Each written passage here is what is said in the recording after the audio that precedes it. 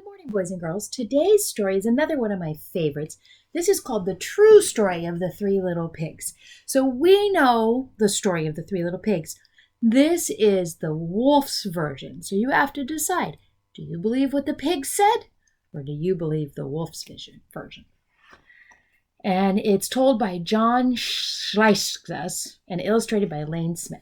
The True Story of the Three Little Pigs.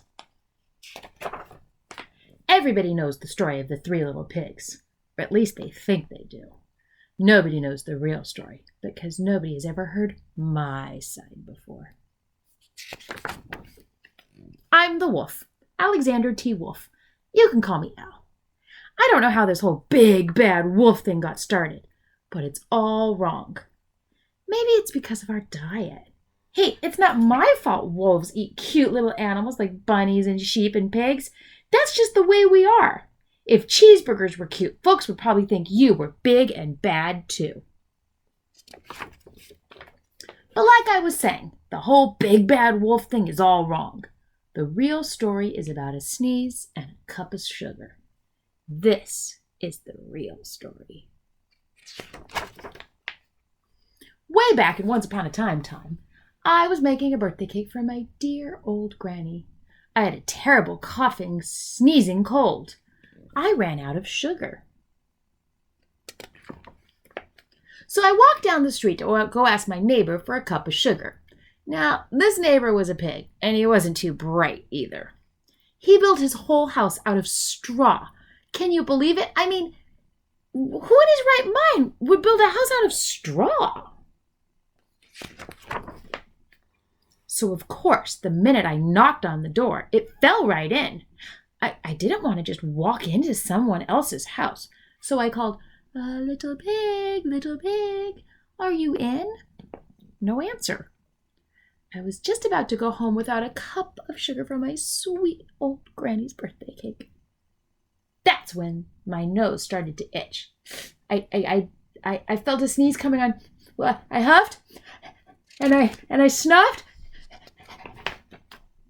Achoo! And I sneezed a great sneeze. And you know what? That whole darn straw house fell down. And right in the middle of the pile of the straw was the first little pig, dead as a doornail. Wolf's honor. He had been home the whole time. It seemed like a shame to leave a perfectly good ham dinner lying there in the straw, so I ate it. Think of it as a cheeseburger just lying there. So I was feeling a little better, but I still didn't have a cup of sugar for my dear old granny's birthday cake.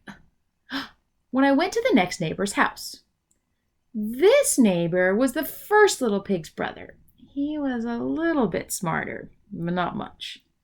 He had built his house out of sticks. I rang the doorbell on the house. Nobody answered.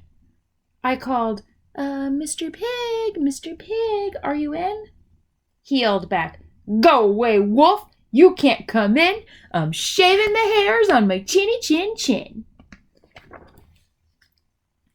I had just grabbed the doorknob when I felt another sneeze coming on. I huffed and I snuffed, and I tried to cover my mouth, but I sneezed a great sneeze.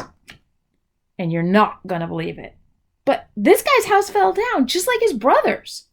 When the dust cleared, there was the second little pig, dead as a doornail. Wolf's honor.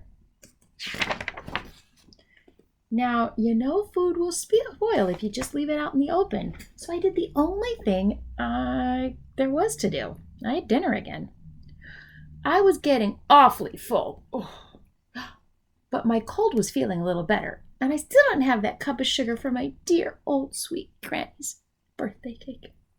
So I went to the next house. The next house. This guy was the first and second little pig's brother. He must have been the brains of the family because he had built his house out of bricks. I knocked on the brick house. No answer. I called, Mr. Pig, are you in? And do you know what that rude little porker answered? "Get out of here, Wolf. Don't bother me again." Talk about impolite. He probably had a whole sack full of sugar, and he wouldn't give me even one little cup for my dear old sweet Granny's birthday cake. What a pig. I was just about to go home and make a nice birthday card instead of a cake when I felt my cold coming on. I huffed, and I snuffed, and I sneezed once again.